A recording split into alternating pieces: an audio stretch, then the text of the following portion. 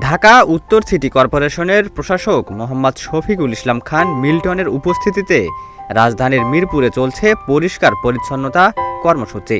নগরবাসীর জন্য পরিচ্ছন্ন ও বাসযোগ্য পরিবেশ নিশ্চিত করতে সিটি কর্পোরেশনের পরিচ্ছন্নতা কর্মীরা বিভিন্ন সড়ক, ফুটপাত ও আশেপাশের এলাকা পরিষ্কার করছেন।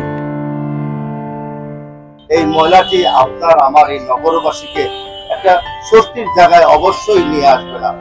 আমরা আমাদের কাজ তো অবশ্যই করব। আপনারা একটু যদি সচেতন থাকেন, সিটি কর্পোরেশনের কাজগুলো আরো সহজ হয়ে যাবে।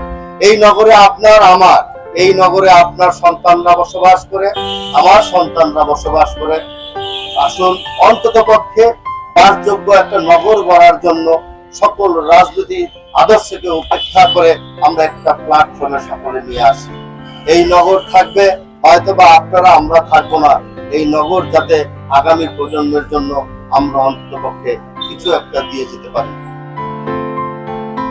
কর্মসূচিতে মিরপুর এলাকার ময়লা আবর্জনা অপসারণের পাশাপাশি পরিচ্ছন্নতা কার্যক্রম আরও জোরদারের উপর গুরুত্ব দেয়া হচ্ছে। ডিএনসিসি প্রশাসক এর আগেও মিরপুর সহ বিভিন্ন এলাকায় পরিচ্ছন্নতা ও ড্রেনেজ কার্যক্রম সরেজমিনে পরিদর্শন করে প্রয়োজনীয় নির্দেশনা দিয়েছেন।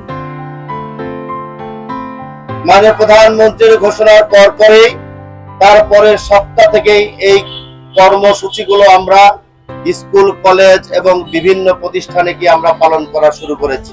আজকে ঢাকা উত্তর সিটি কর্পোরেশনকে একটি আধুনিক শহর এবং পরিষ্কার পরিচ্ছন্ন দুর্গন্ধমুক্ত শহর উপহার দেওয়ার জন্য ওয়েস্ট ম্যানেজমেন্ট অর্থাৎ বর্জ্য ব্যবস্থাপনাকে আমরা গুরুত্ব দিয়ে একটি কর্মসূচি হাতে নিয়েছি।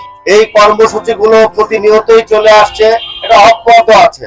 আনুষ্ঠানিকভাবে গত শনিবার অঞ্চল 1 উত্তরা থেকে আমরা আনুষ্ঠানিকভাবে শুরু করেছি এবং আজকে দ্বিতীয় আমার প্রিয় জন্মস্থান মিরপুর থেকে আমার প্রিয় সহকর্মীদেরকে সাথে নিয়ে এখান থেকে শুরু করবো ইনশাআল্লাহ।